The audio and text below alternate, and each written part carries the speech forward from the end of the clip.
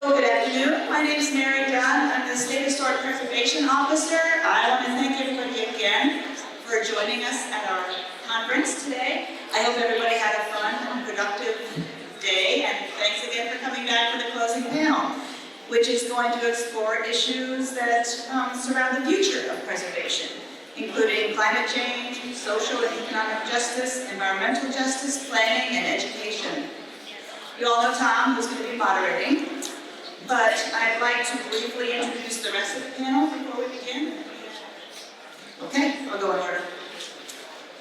Or just wave your hand as I say your name. We have Sara Bronin, who you met earlier. Sara's an architect, attorney, and UCONN law professor that works to improve and create great places. She's written over a dozen articles and several books on property, land use, historic preservation, and renewable energy law. Sara chairs the City of Hartford's Planning and Zoning Commission, which under her leadership comprehensively overhauled the zoning code after more than 50 years and adopted the city's first ever climate action plan.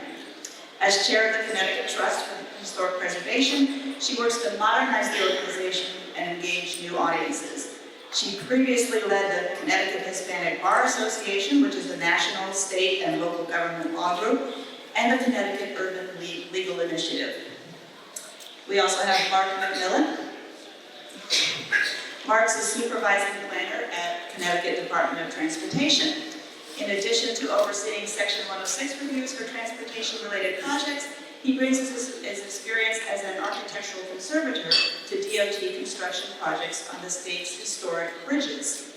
Mark also serves on the Connecticut State Historic Preservation Review Board. And we have Christina Nelson, who's a professional planner with diverse experience in systems-oriented land management. She currently holds the position of Director of Land Use for the town of Old Saybrook, where she's been employed for the last 20 years. Christina is one of the newest members of our Historic Preservation Council. She obtained her Master's of Urban and Regional Planning from the University of Colorado and her Bachelor of Science in Business Administration from Bryant College. We have Elihu Rubin, who's Associate Professor of Urbanism at the Yale School of Architecture with a secondary appointment in American Studies. His work bridges the urban disciplines, focusing on the built environments of the 19th and 20th century cities, the history and theory of city planning, architectural preservation, heritage planning, and the social life of urban spaces. And we have, I think Christina Smith. Christina is the Executive Director of Groundwork Bridgeport, which is a local chapter of the national organization Groundwork USA. And Groundwork USA is a network of local organizations devoted to transforming the natural and built environment of marginalized communities. It's a national enterprise with local roots, working at the intersection of the environment, equity, and civic engagement. Did I get everybody? Yay. Okay, so let's get on with it. Tom? Thank you, Mary. I'm delighted to have this conversation about the future of historic preservation, which sounds like it's a conundrum, but I firmly believe that our work is about the future as much as it's about the past. You heard me this morning talking a little bit about our work at the National Trust in developing this vision called Preservation for People. And what I said this morning was, we envision a preservation movement that grounds its work in human needs and aspirations and becomes a prevalent, powerful, and practical force to sustain, improve, and enrich people's lives. Well, that's a great thing to say, but how are we going to get there, and what are our challenges as we get there, and what issues are we missing? And I thought what I would do, just to get the conversation started, is to start and ask the panelists to maybe spend 1 minute sharing their number one thought about the future of preservation, either a challenge or an opportunity. Very briefly, and sort of rapid fire, start with Elihu and come up from that into the table, and see what issues come out. And of course, Mary identified some really small issues in society: climate change, social justice, environmental justice, economic shifts, a whole host of things. So let's see what comes out and then we'll go from there. Well, sure, thank you. Thanks so much, Tom, and thanks to all of you for being here. It's really an honor to participate in this and to be around so many preservationists doing such incredible work. And I've learned a lot just being here. Coming from architectural history and focusing on vernacular buildings, ordinary buildings, industrial buildings, for example, what I've focused on is enriching the stories that we tell about buildings and places, and I feel like that's been a major theme that's come up here today. My own feelings about the future of preservation is that, and it's already been suggested by what Tom has been saying, it will continue to move from an elite practice to a very democratic practice. It will continue to move from singular important buildings with a well-known designer to ordinary buildings that have meanings within communities. And the narratives that we use to talk about these buildings will continue to become more and more interesting, more and more diverse, and more complicated. I'll just close with the idea that process, what happens to, and again, we've been talking about this all day, I don't think this is new to you, but process around preservation is as important ultimately as some of the goals. And I like to get people more and more comfortable with dissonant heritage, with conflicting stories, not always to find the easy story, because it's not always easy. We need to become more and more comfortable with dissonance as we begin to tell those stories and to get something out of that process. So I'll start there. Christina? Hi everyone, thank you. So the context for my connection to historic preservation is as a resident, having grown up in Bridgeport, Connecticut, like many cities in Connecticut, has an industrial history whereby many of those buildings that were now historical buildings that we would want to save are vacant.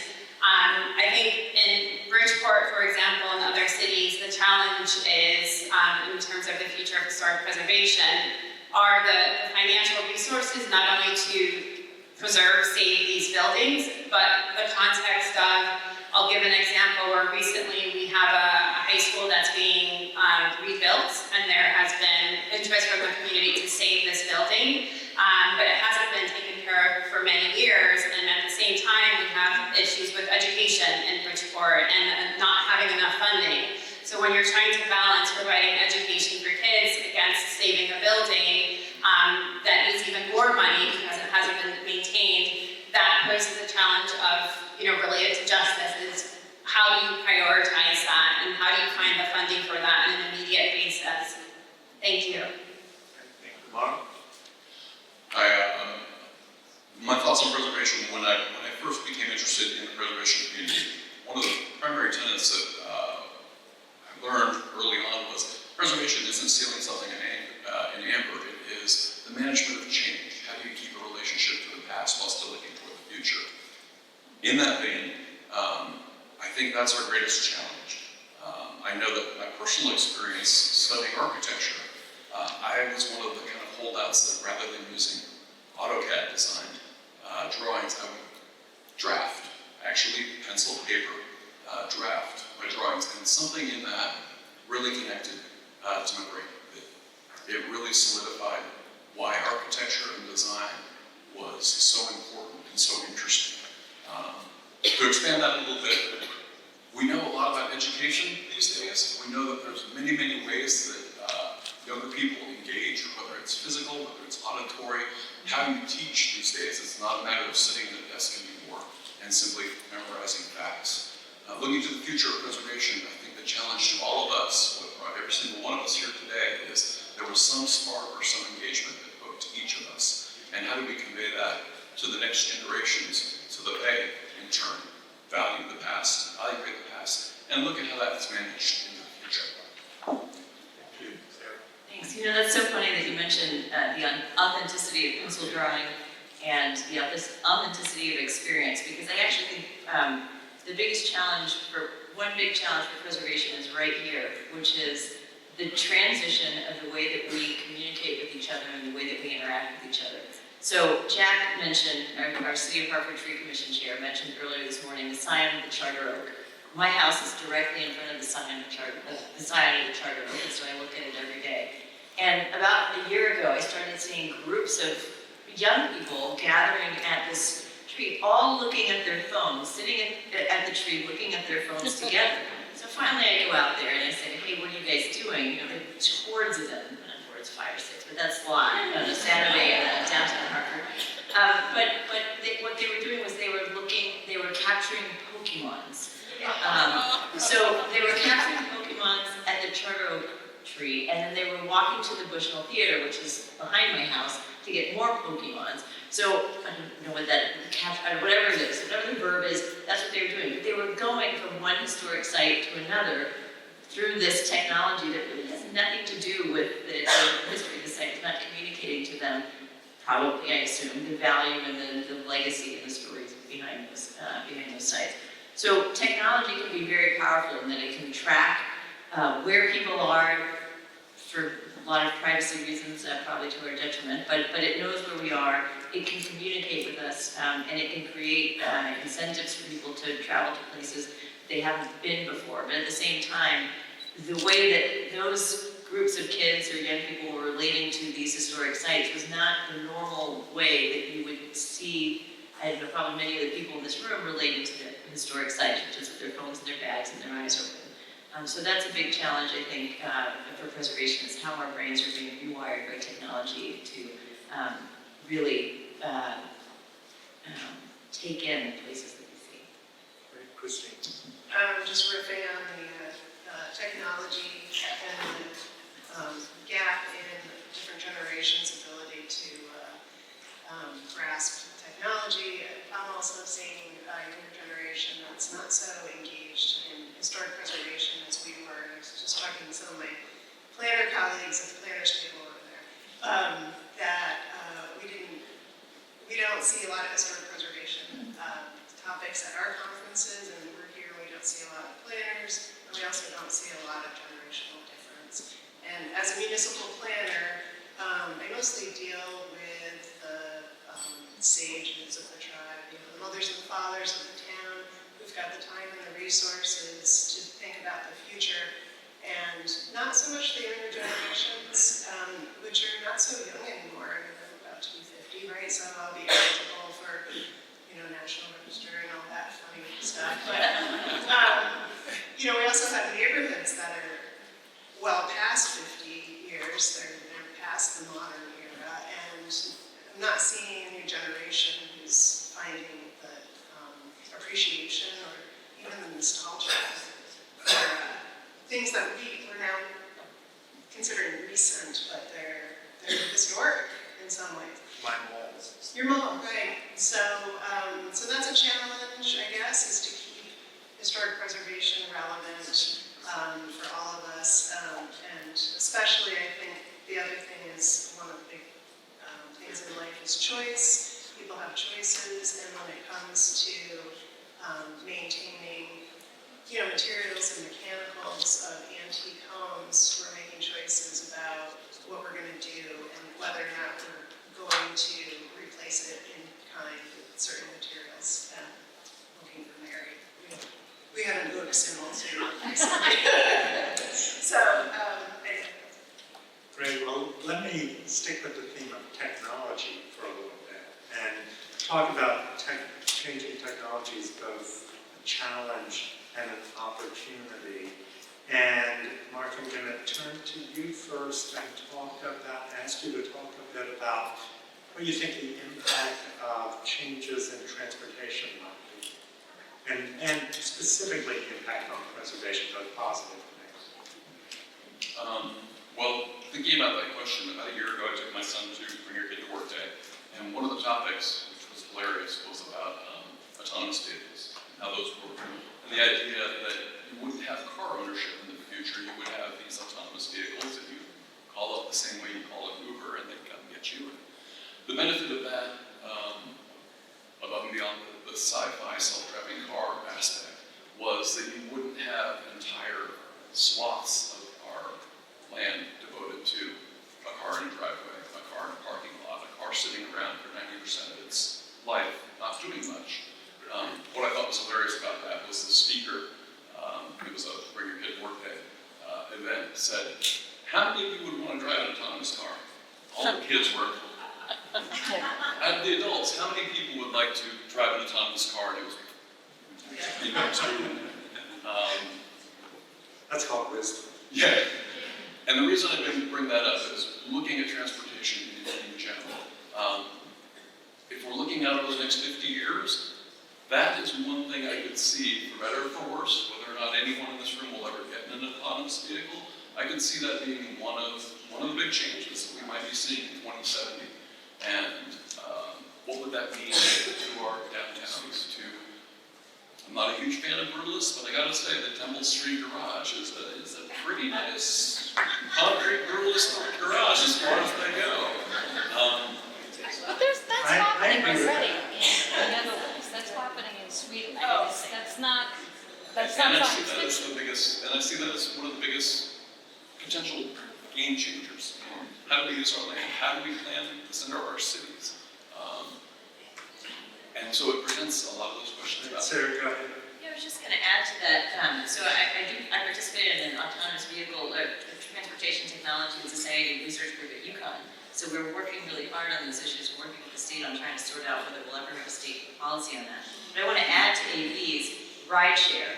So rideshare is enabling people to not have cars. So my sister, who's 30, does not have a car. She lives in San Antonio, Texas. Many people who live in downtown Hartford don't have cars. From a planning perspective, what we've done in Hartford is eliminated minimum parking requirements citywide for every use, except for car city cars. Yeah. But what we don't see that there's going to be an increase in demand for people to, as Mark was saying, house cars on their sites. And so that's going to change the way we build our cities, and it's of course going to have an impact on historic places too. Other thoughts on this topic? I have some. As we talk about technology, there's a relationship with authenticity too. And I'll use one example and just think about it. You know, we value legacy businesses. We value the character of small independent businesses. But we've got big economic changes driven by technology that are causing many of them to disappear. I just wondered if any of you wanted to react to that. Yeah, I can react to that. I think this is a really important question. The concept of authenticity is so powerful. I mean, there's many different ways of defining it, but if you can attach that word to your project, then it's a very successful thing to do. There's nothing more attractive than authenticity. And we see this all the time in the kinds of heritage branding projects that are often associated with adaptive reuse, reaching back to some real or quasi-mythological past and associating that as driving the value. Now, as preservationists, that's something that we often want to promote. And yet, as you say, in our daily environments, we often find that some of these small businesses, the signs and the rest, they begin to fade away. And it touches upon the broader problem of preservation and urban change, or preservation and gentrification. And in some places, in other words, you preserve the buildings, but you make rent there extremely high. In places in New York, they're talking about high rent blight, where perhaps the buildings are preserved, but they've jacked up the rents so high in Jane Jacobs' old neighborhood that you lose all the small businesses. And finally, notice that some cities are experimenting with commercial rent control, with ways of creating policies that will make it easier for those businesses to stay in place, if they want to stay in place. Not every family business or small business will go on forever. It's not always the fault of the consumers. But those policies, I think, become important. Christina, I wondered if you, as a planner, had thoughts about that. Absolutely. We also are taking a look at how popular authentic experiences and authentic living are, might be an overused word at this point, but it really is sort of something that a lot of small towns are riding on because that's what they have to offer is authenticity. And I think it's a great opportunity for historic preservation and also redevelopment when you're looking at infill or redevelopment, adaptive reuse of older buildings, that authenticity is sort of the economic driver for justifying the investment that it takes, especially some buildings that might be more economical to build new. So there was a reference to both rents being high, and Christina, you talked about the lack of financial resources.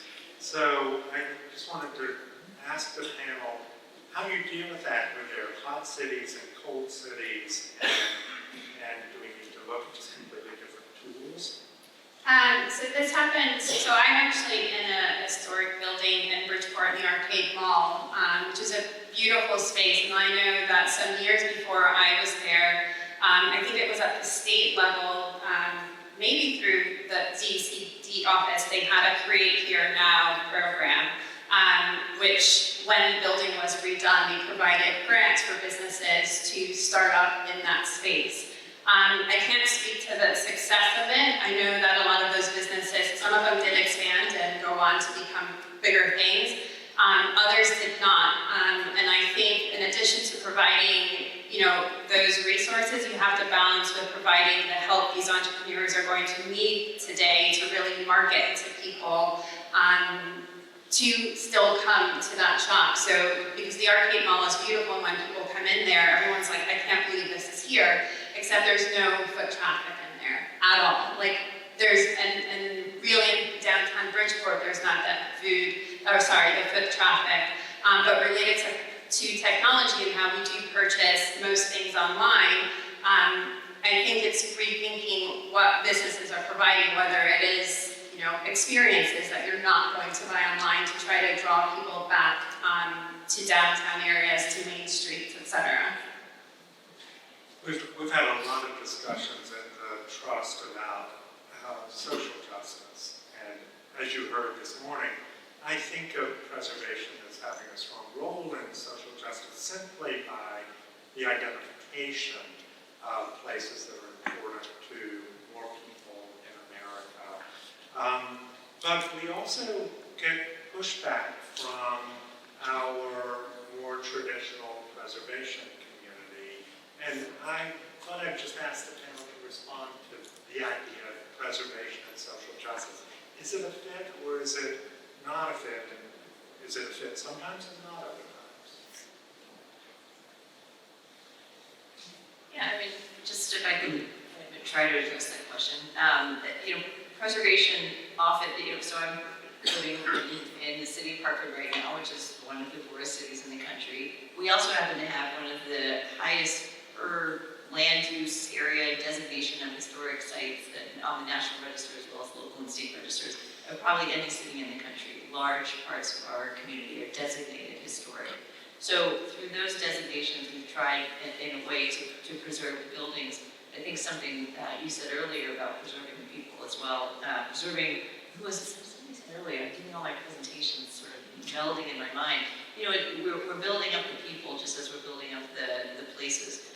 If you look in Connecticut at the places that are taking advantage of the historic tax credit, both the state tax credit offered by the State Historic Preservation Office and the federal tax credits, the vast majority of those credits are used in distressed municipalities. Hartford is the #1 user of those credits, followed by New Haven and others. But it's not the Greenwiches, the Westports, the Dariens that are using the tax credits. It is the communities which are using through the designation process the tax credits to help get public investment into those places and lift up our community by fixing our buildings and helping to repair our neighborhoods. So I actually see preservation as being integral to improving communities where we lack investment and communities where there are lots of opportunities to help people feel better about the places that they live. So I see it as hand in hand, 100%. good. Christina, I know you work in this area every day, so I thought I would ask you also to respond. Again, I think I would use the example of the school, because I think that's a social justice issue. So when you have, you know, the graduation rate in Bridgeport, I think, from high school is 64%, which is significantly below the state level and the national level. And so again, you know, to preserve this high school, I think it was FAST, I think, you know, you would need another $80 million to do so. And this is a school that's on the funding list with reimbursement from the state, et cetera, and you have to be on a certain timeline. So to save this building when at the same time you have parents who are sitting there like fighting that they need more money for education, meaning for teachers, for guidance counselors, for students who are suffering from, you know, various forms of trauma, et cetera. How do you, again, balance this desire to save this wonderful, beautiful building and the history and the legacy of it, but at the same time then say you can find, you know, an extra $80 million for that, but you can't find an extra $5 million for the kids' education.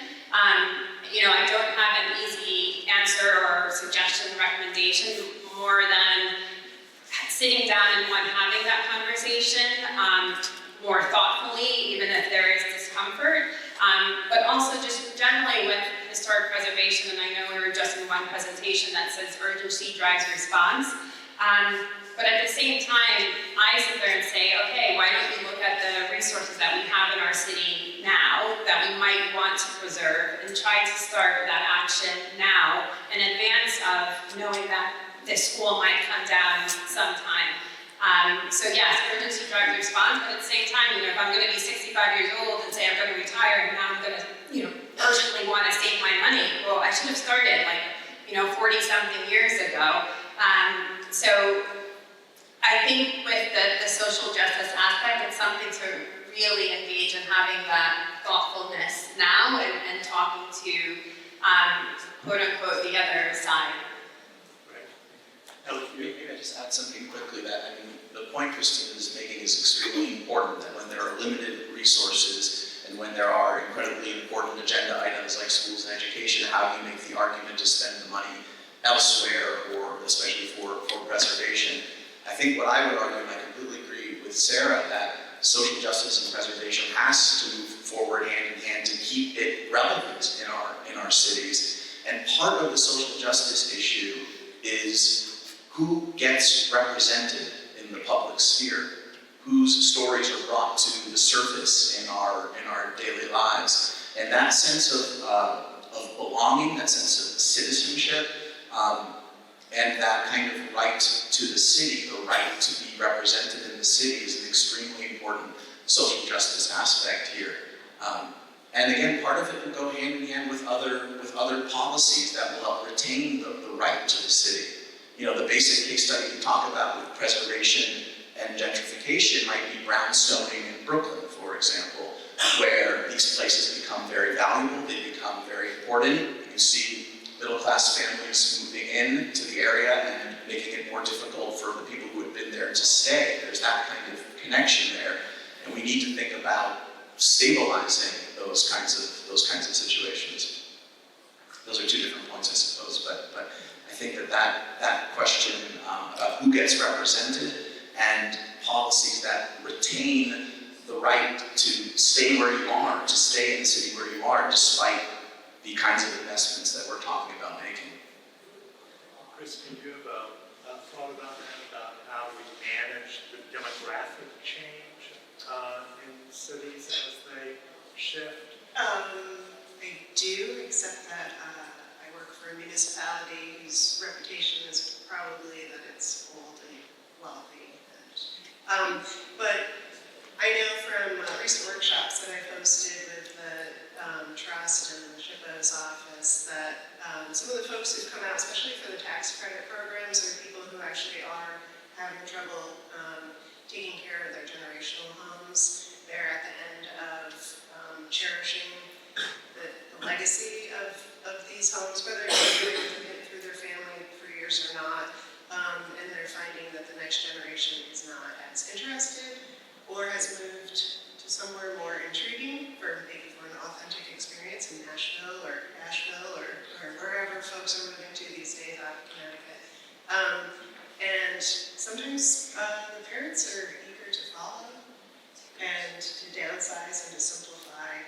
And they're finding that they're having trouble getting, people who are interested in taking care of the homes because they can't afford it. So in some ways, I don't know if that really crosses over with social equity, but there are people who are perceived to be of means who cannot maintain. Well, I think it's useful because it highlights something that I think Elihu was saying, which is there's complexity, and each one of these issues doesn't necessarily have an easy answer. So with that, I'll shift to talk about another thing that does not have an easy answer, and that is climate change, the impact of climate change. And I'd love to hear reaction from the panel about the potential impact. Connecticut is a coastal city, and so I'd love to hear thoughts. Sara, I'm going to turn to you first. Well, this is really a question for Doug Royalty in the back, our Hurricane Sandy Grants Coordinator. So what we've done here in Connecticut, and correct me if I'm wrong, but what we've done here in Connecticut is we've mapped historic sites in the coastal towns, including Old Saybrook, and identified which ones are vulnerable to sea level rise. So another thing I do at UCONN is work with our Avery Point Institute, and which is a Sea Grant affiliate, and they've mapped sea level rise. Now SHPO's mapped the coastal historic resources and thousands of our resources here in the state, just on the coast, not including the inland waterways, are vulnerable to sea level rise.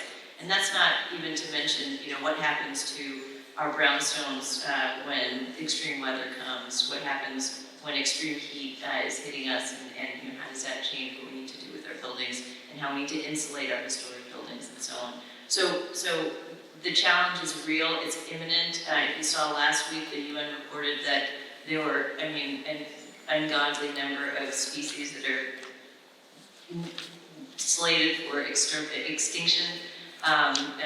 Human beings were not on that list yet, but we really have a very limited amount of time to completely change the way we do things. So what does that mean for preservation? So at the local level, we really have to take a hard look at our local historic district rules and to be proactive in implementing rules that actually help us and help our property owners integrate renewable energy, help them understand in Madison and Guilford and Old Saybrook how to lift their homes still within the auspices or the good graces of the Secretary of the Interior standards.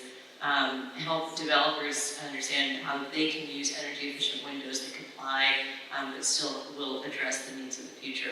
And we really need to do that proactively. Use Hartford's solar guidelines for historic properties as a starting point.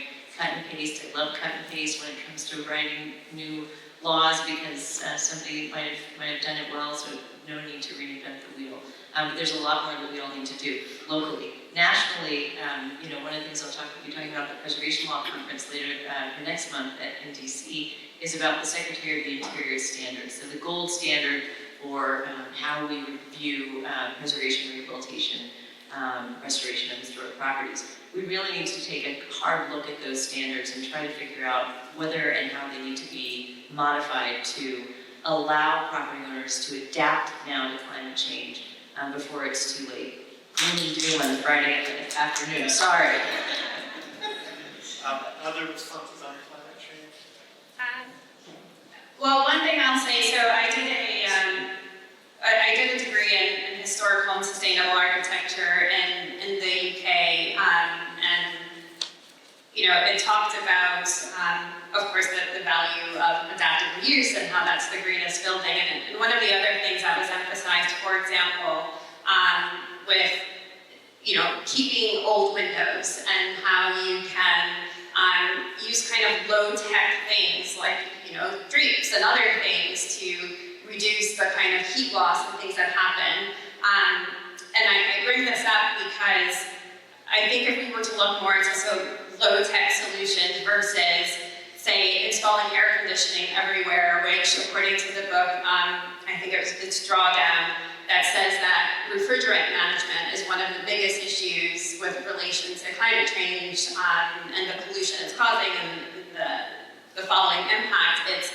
We have a tendency to go to these high-tech things and look for these easy ways out, whereas I think some of these low-tech solutions that you can apply to historic buildings, I mean, and they were originally more green, just in how they were built, like learning how to use like sash windows and physics to have the air, come in and out of your house.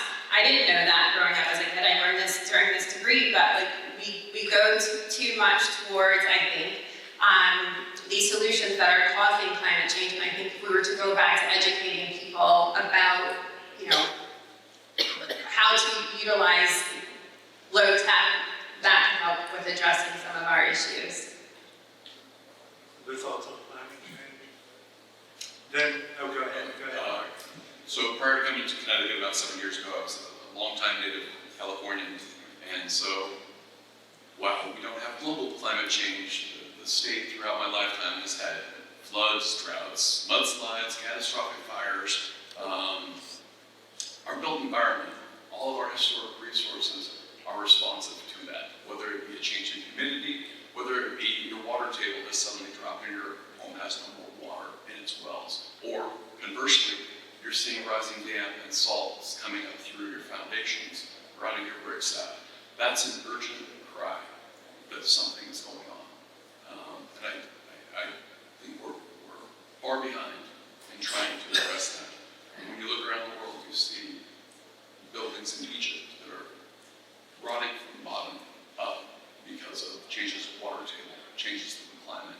You just think about the humidity in your house and how you have to manage that either on an energy basis or repainting and repairing mildew and mold. The time's now. Sorry, I don't have a better solution. Thank you for that. Just so it's not all gloom and doom, there was a great article in 06880, the Westport zip code, about Bruce Becker, I don't know if he's still here, and how he modified his historic house to make it a net zero or near net zero energy house. So like, individuals can take action, so we should, in addition to changing the laws and all the other stuff, there's some hope for the individual too. Go ahead. Okay. When you think about climate change, I don't think that it's new to preservationists at all. It's just the rate and the intensity that's changed, and the choices that you have to make, the opportunity costs of dealing with one expensive thing versus another. But one of the things that I'd like to congratulate the SHPO's office on is taking a look at how climate change is affecting the cultural landscape of Connecticut. With the allocation, the congressional allocation of monies from Storm Sandy, the SHPO's office gifted all of the towns and all of the counties that were affected by Storm Sandy with basically a conditions assessment. Look at my colleague who's big on conditions assessments of each town's cultural landscape. Many towns did not have a handle on what the inventory of historic structures was, or where they were, or what the integrity of those were, or whether they're eligible for nomination to the registers or so forth. And the SHPO's office also took an in-depth look at how every town's regulations do or do not address historic preservation and adaptation to climate change. And they gave us a report and highlighted the deficiencies in a nice way, but gave us materials to move forward.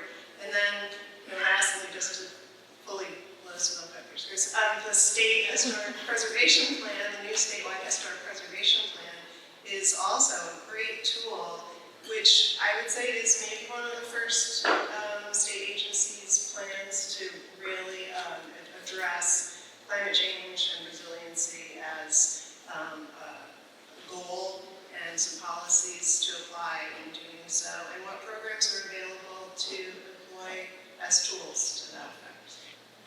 Thank you for that. I will also note, as you heard this morning, that preservation is also a solution to climate change. The reuse of our buildings, the work that you all do every day, is one of the solutions rather than new construction. we don't have a ton of time left, but I wanted to turn to some practicalities and get to the idea of tools and how our tools may change. Sarah's already mentioned the idea of shifting how the Secretary of the Interior standards are used. You mentioned process quite a bit. There's been some discussion about grant programs and other things. And I wondered if we could do sort of rapid fire down the line of what's the tool you would most like to see implemented in preservation in the future? I'll go first. Building officials. I think a bad or uninspired building official can single-handedly destroy historic preservation across your city or your town. But if you get a new building official who, our guy just walked in recently and I said, so you staff the Historic Preservation Commission? And he said, oh good, I love old houses. So, yes. Now, what do I know about houses? I'm a town planner. And so it's wonderful. I have someone in the town hall who's a champion on an individual basis, who's taking a look with every homeowner at the choices that they're making and materials that they're using and, giving them advice. Yeah. And you can have more than one. You can each have more than one if you want. I'm thinking about Sarah's work, and she's unlikely to limit it. No. I'll talk about zoning because we already talked about the Secretary of State's local preservation laws. So if every person here could go back to their community and wherever you live or work in Connecticut and say, let me look at the zoning code and see whether it's really compatible with protecting and preserving the great places in this one community. I think you'll see that there's a lot that can be done in the broader regulatory local framework of zoning than can be done in preservation. And I talked about parking minimums. You can at Simsbury and Hartford, of course, but other places have adopted a form-based code. Talking about trees, so Hartford has a pretty robust tree chapter in zoning. And this doesn't affect properties unless they're coming for a zoning permit, but over time, 20, 30, 40 years, we hope to see that our code is really enhancing the neighborhoods that are there. So I'd say everybody should go back, look at zoning, and see what tools you have. And when you do that, use our circuit riders to help you connect to the resources that you need. cttrust.org. They're free. I think I would add that again in Bridgeport there's a lot of vacant buildings, and sometimes I feel as though there's a lack of ideas of what could be done or should be done. And I sit on city council in Bridgeport, and again bringing back up Bassick, and they're thinking about what can we do with the students when we renovate the school and where can we move it to, where can we move them to. And I think having a database, maybe there one exists, of project examples of how buildings were renovated, but whereby you can search for these buildings, by size, by type, etc. That then gave you a report of this is what was done, this is how much this cost, these were some of the ideas, this is what wouldn't work, and then, again, connecting to circuit riders to help provide further information on that, or towns having their own kind of historic preservation officer person that was a specialty in that, and could help the economic development department and developers when they come into town and they say, we want to do this, and that other person can say, no, this is what else can be done, and this is what has succeeded someplace else. Yeah. These are all great ideas, and I agree with them. I think that the youth angle is especially important. I think building appreciation for buildings and also instilling a sense of agency amongst young people. The empty buildings that are there, they can be very daunting to people. Who is in control? How can we make a change here? And beginning to demystify some of those processes, I think, is important. Which is why one of the tools I'm interested in, which I know this group has been as well, I think it was the theme perhaps of last year's conference, is shared stewardship, which is sort of a philosophy in some sense, but is a reality in some places as well, or should be, where perhaps the city owns the building, but is working with a conservancy that is partnering with nonprofits, and is even welcoming potential philanthropic investment and even private investment, and innovating some of those stewardship structures, to me, are tools that we really should be looking at. And along those lines, realizing that so many of these issues require synthesis between our different parts, that preservation issues are also brownfield issues, are also genetic humanities issues, are also SHPO issues, are also tourism issues, and getting people together here when brownfield money can come together with tourism ideas, for example. We might have some good ideas there. And I have something more controversial perhaps to suggest, because, and this is partly to do with with building officials and the demolition by neglect and derelict private owners. You know, eminent domain has a very tarnished history, especially perhaps in the state of Connecticut. But I wonder if it's a tool that we might look at in some situations. Are there places, this is a question for everyone, are there places where the public realm should be playing a more active role in claiming truly neglected places, and then getting comfortable, I don't know if this is a tool or a suggestion, but getting people comfortable with dormancy, allowing buildings to be empty for some period of time, having the public realm play a stronger role in mothballing and stabilizing these buildings to hold it for some future. Whether it's eminent domain or else, I know that's really, it's a bad word around here, really everywhere, but a stronger role for the public realm to step in and to become stewards of some of these buildings, making investments in the short term to preserve opportunities in the long term. I just wanted to respond on the eminent domain piece. Eminent domain in some parts of the country is used for historic preservation, and the case that I have close attachment to is this old inn in North Carolina, which was owned by a recalcitrant owner. He didn't necessarily have bad intent. He just couldn't pull it together. And for decades and decades. And so this inn slowly deteriorated. It's a place, of course, I went to with my mother, who both all day. And ultimately, the town tried everything, and finally, North Carolina authorizes the local government to use eminent domain for historic preservation, right, to save the place. And so they did it, and ultimately they settled with a successful result. So it is possible to do that. Sara, go ahead. Yeah, just on the eminent domain front, so obviously it's been a tool for knocking down historic properties, but I thought the case you were going to say was the Gettysburg Railway case from 1896, which was the first time that Congress was, there were trolley operators who wanted to operate their trolleys on the Gettysburg battlefield. And finally, the rumblings from Gettysburg were so strong that Congress stepped in to say, no, we're going to condemn this property, we're going to take it, we're going to turn it into this park.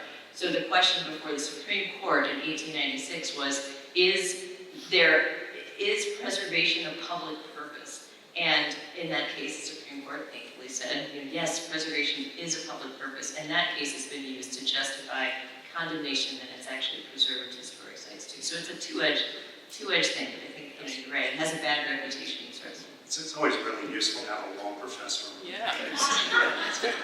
So I'm going to come back to something else about process, which is, in our future preservation document, we talk about trying to get the community more willing to express, or creating a mechanism by which the community can express the places that they care about that might not be captured through our traditional tools that are more architecturally focused.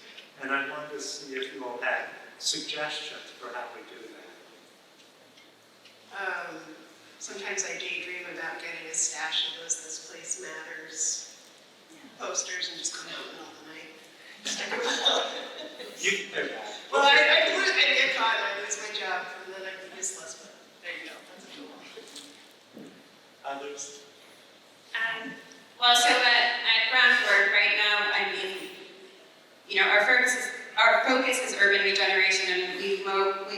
with high school students in the city the goal is to, inspire them to care about Bridgeport by establishing a sense of place and place identity. And we're trying to encourage them to share what various places in the city mean to them, both in the positive and the negative, and trying to help them to create stories about that. And again, with the goal is if they start to think about the place and care about the place, to Elihu's point, they will then be the future stewards of that place. So storytelling as a tool, whether in short little documentary films or something that makes it fun for them, is one tool that we're using. Well, just quickly, one of the buildings in New Haven that many of the people in this room care about and want to see preserved is the New Haven Armory on Gough Street, the Gough Street Armory, which the city of New Haven does own but needs repairs immediately. And this is a very difficult project because it's such a huge building, very expensive, and with no ready use necessarily ready to come right in. And one of the things that we did around this building, part of it was architectural, because working with my students, we produced a pretty big model of the armory so that you could see the drill hall and really imagine that space. And it was mostly children who were inventing programs to insert into this massive drill hall. And with respect to, so that was important. And with respect to history, there are official narratives of these buildings, and then there are personal connections to them. And so if we had a timeline on one side, we had everyone filling in their own memories on the other, going to the Black Expo, meeting their partner at a dance, all of these things, the dog show, the antique show. So creating those in real situations, on the ground events, process. And coming from Jeff's talk, I really, a lot of this is follow through on the process. I feel like I didn't do enough about that, and we need to keep going with it. You really need to keep pushing that process. And that is one of the challenges, is having the wherewithal to be able to do that, the overhead, the organizational strength to be able to really follow through and keep the pressure on. Thank you, particularly with limited resources. Okay, and end with one last question, which was suggested, which is a fun question, and it is this. If you could time travel to Connecticut in the year 2070, check out the bill resources that date from 1970 to 2019, and say, I'm glad we saved that, what would it be? Built since 1970, you mean? Built since 1970, 1970 to the present day. We've heard about the Temple parking garage, but that's a good one.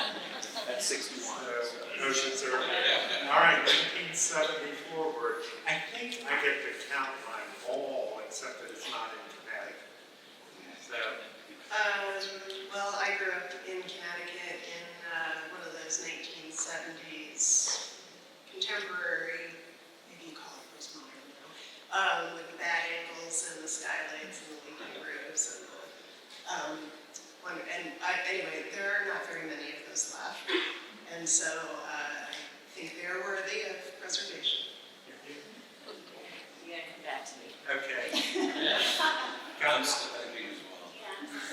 Starbucks. Should we be Starbucks. saving these places from the 1970s? Other than Christine's nice house? 1970 is a tough cutoff in some sense. I think, someone mentioned earlier we were just coming around to really admiring concrete brutalism, and there are preservation battles around some of these modern buildings. We're now in places like New York, we're coming around to the great postmodern towers like Villa Johnson's AT&T building. I would like to say there's such a building here in New Haven that I feel like is absolutely necessary to save. I'm not entirely sure that there is. And in fact, one of our major concerns is that many of the stuff being built today is being built at very poor quality and with none of the flexibility and resilience that the older buildings have had. And so I'm stalling because I also can't necessarily think of the 1970 forward building. I'm trying to think of some great contemporary piece of architecture. I mean, when Yale built their new colleges, they built them to look like the colleges from 1930, which were built to look like medieval buildings. So, all right, let's turn it the over. Goff Firehouse, is that 1974? That I would definitely put that on the list. The Venturi Rausch postmodern firehouse on Goff Street. Others? Yes. So that's imposing our values today on something that's going to be looked at from 100 years. It's a different microscope that's going to be looked under. And the thing that is making the most impact today is the Starbucks. It's where everybody is going in any community. Crazy as it might seem, when Harry Potter rolled out, everybody was like, oh, literature. It transformed literacy. It made reading fun and exciting again. And that's 25 years. So there's going to be a different lens looking back on what we are today. Yeah, it's not great architecture by our standards. It's utilitarian, but it's community. It's got everything that we need right now. And that's going to have a story, whether we like it or not, and we want to laugh it off now. So that was a plea for sending the Starbucks because they will be viewed with a different lens and they will be viewed as being places of community. Yes. I don't have a specific building, but I've seen this on TV, but those houses and other, I don't know if it's modular buildings that are basically they are built someplace else and then they can come in and then drop them in and they're built in 3 days. In terms of an architectural style, maybe that might be something worth saving. So I'll raise one other possibility, and that is that since 1970, in our historic districts, there's a whole range of built resources that went through design review by the Historic Preservation Commissions. And I would be curious about whether we view those as being worthy of preservation in the future. I'm not asking for a question now. I'll just pose that as a question. I think we're out of time, but I wanted to thank the panelists. I wish we had more time so we could continue this conversation, but thank you.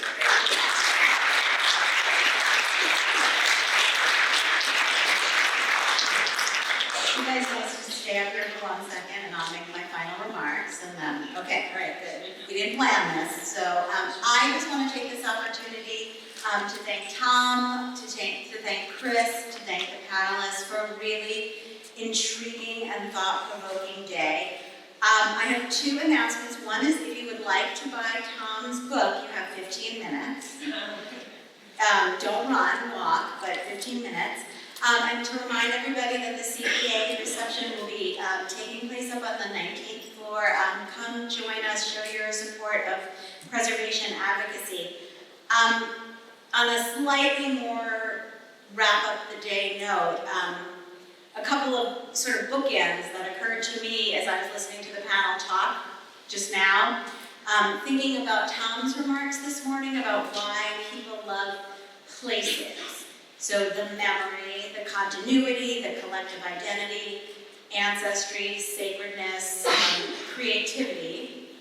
And I think that there are opportunities that we have to map these on some very essential human drivers to issues, these are very essential human drivers to issues like social justice and like education equity and climate change and green energy and more. And that might be one of our challenges for the future. How do we map our humanity using historic preservation onto these issues that are confronting society today? So I think we have our work cut out for us. I keep thinking about Tom's quotation from the pastor in Baltimore: we restore people as we restore buildings.